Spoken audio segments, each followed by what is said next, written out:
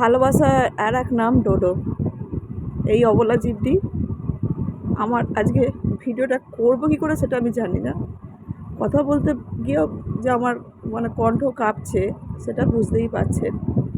সেই ছোট্টবেলায় ডোডোকে আমি তুলে নিয়ে আসি। ওকে বড় কুকুর আহত করেছিল, রক্ত ঝুঁঝরে পড়ছিল। ওকে আমি রাস্তা থেকে যখন তুলি খুব কষ্ট পাচ্ছিল। আমার তখন কিচ্ছু মনে হয়নি, মনে হয়েছিল যদি ওকে বাঁচাতে পারি। আমি ওকে তুলে নিয়ে এসে না শিবের পায়ের তলায় রেখে দিয়েছিলাম। বলেছিল, ঠাকুর তুমি যদি ওকে নিয়ে যাও দেখি তোমার কত বড় সাহস। আমাকে দিয়ে দিয়েছিল ডোডোকে। সত্যি ডোডো আমাকে খুব ভালোবাসতো, আর আমিও তাই খুব ভালোবাসতাম ডোডোকে। আমি এইখানে চৌবাচ্চায় বন্দি করে রাখতাম। ডোডোর খুব এটা নিয়ে অভিমান হয়েছিল, এখানে কেন আমাকে চৌবাচ্চার মধ্যে আটকে রাখতে। খালি ডিম্পিকে দেখতো, চরকিকে দেখতো আর চিৎকার করতো। লাস্টে একটু অ্যাগ্রেসিভ হয়ে গেছিলো। তার জন্য আমি ওকে আটকে রেখেছিলাম, এই জন্য নয় যে ওকে আমি বন্দি করেছিলাম। ওকে বন্দি করেছিলাম কেন বলুন তো, ওর ম্যাগট প্রবলেম হয়ে গেছিলো। ডাক্তারবাবু বলেছিলেন যে ওকে আটকে রাখতে, নইলে ওই ম্যাগটটা আরও বাড়বে, ওর আরও চিকিৎসার এটা হবে না ঠিক মতো। তাই ওকে আমি বাধ্য হয়ে বেঁধেছিলাম।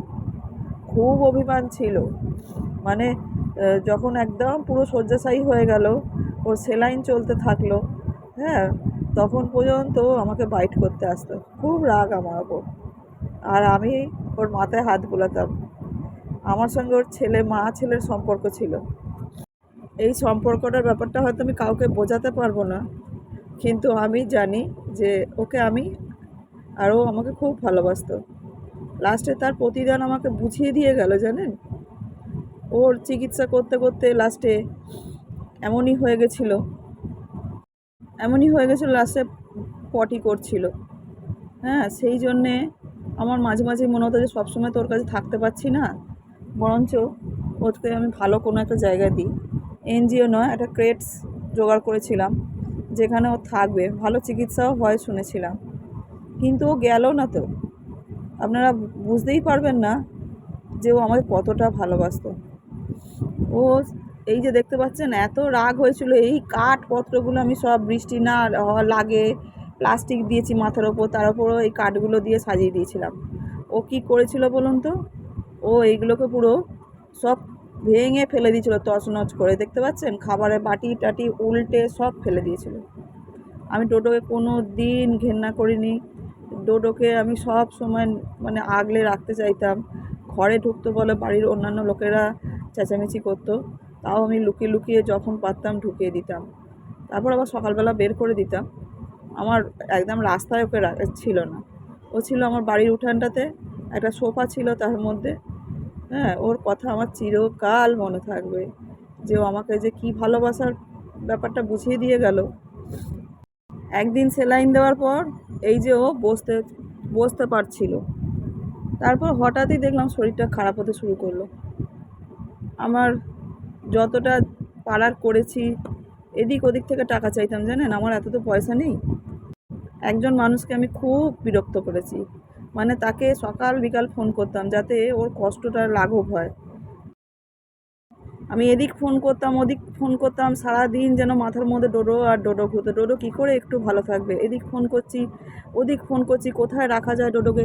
কারণ সত্যি কথা বলতে আমার কাছে যে রাখবো, সব সময় তো ওর কাছে বসে থাকতে পারতাম না। আমার সংসারে কাজ আছে, ডিম্পি আছে, চরকি আছে, ভয়ও লাগতো যদি ওর ডিসটেম্পার হয়ে থাকে, সেটা তো ছোঁয়াছে। ওকে নিতেও আসলো, ওর জন্য একটা লাল টুকটুকে গাড়ি ঠিক করলাম। ভাবলাম ওই গাড়ি করে যাবে, আমার গাড়িটা দেখে কী পছন্দ হয়েছে, আমার ডোডোর চিকিৎসা করতে যাবে, আবার ফিরে আসবে আমার কাছে। কিন্তু সে আর কে হলো, ডোডোর এই লাল টুকটুকে গাড়ি পছন্দই হলো না, গেলই না আমার কাছ থেকে। যখন তুলে নিয়ে যাচ্ছে আমার কি আনন্দ হচ্ছে বিশ্বাস করুন, মনে হচ্ছে যে আমার কাছ থেকে এখানে 24 ঘন্টা তবু মানুষ দেখবে, লক্ষ্য রাখবে। কারণ আমি তো সবসময় ওর কাছে বসে থাকতে পারতাম না, আমার সংসারে কাজ ছিল, আমার বাড়িতে আমি ছাড়া ওকে কেউ সেরকমভাবে দেখতো না। আমার বাড়িতে আমি ছাড়া কুকুরকে সবাই ভালো সেরকম ভালোও বাসে না। আমার ছেলে বা আমার বর ভালোবাসলেও ওকে ছুঁয়ে দেখতো না, আমিই একমাত্র করতাম। কিন্তু ও ওই লাল গাড়িটুকু ওর পছন্দই হলো না, ও আর গেল না জানেন। এই গাড়িতে যাই উঠলো, ওর শুরু হলো শেষ নিঃশ্বাস ত্যাগ করার মতো টান উঠলো।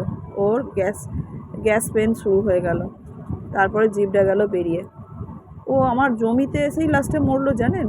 লোকটা বললো আর নিয়ে গিয়ে কী লাভ আছে, হ্যাঁ, বরঞ্চ ওকে আপনার এখানেই রেখে দিন, ও শান্তি পাবে। ও মানে ও যদি গাড়ি করেও যেত হয়তো 10 মিনিট পরই ও শেষ নিঃশ্বাস ত্যাগ করতো। কিন্তু লোকটা বললো ওকে নিয়ে গিয়ে লাভ নেই। দেখতেই পাচ্ছেন ওর তখন অবস্থা লাস্টটুকু। আমিও ভাবলাম আর পাঠিয়ে লাভ নেই, ও তো রাস্তাতেই মারা যাবে, তার থেকে আমার বাড়িতেই মরুক, ও আমার কাছেই থাকবে। হ্যাঁ, আমি ঠাকুরের কাছে প্রার্থনা একটাই করব, এই জন্মে যেন যেমন ও অসুস্থ হয়ে এসছে, পরের জন্মে যেন আমার কাছে সুস্থ হয়ে আসে। আর কুকুর জন্ম না নেয়, যেন যেন মানুষ জন্ম নেয়। জানি মানুষ জন্ম পাপের জন্ম, কিন্তু তবুও বলবো। তবু তো মুখ ফুটে বলতে পারবে, মা আমার খুব কষ্ট হচ্ছে, যেটাও এখন বলতে পারতো না। আমি বুঝতেও পারতাম না কখন কি কষ্ট হচ্ছে। যেগুলো বাইরে দেখতে পেতাম সেগুলোকে হয়তো ওষুধ দিয়ে সারাবার চেষ্টা করতাম, কিন্তু ভেতরে কষ্টটুকু তো বুঝতে পারতাম না। তাই বলছি, বাবা তুই পরের জন্মে আসিস আমার কাছে কোনো মানুষ জন্মরূপ নিয়ে, তুই একদিন ফিরবি আমি জানি। আমার তোর ভালোবাসা অটুট।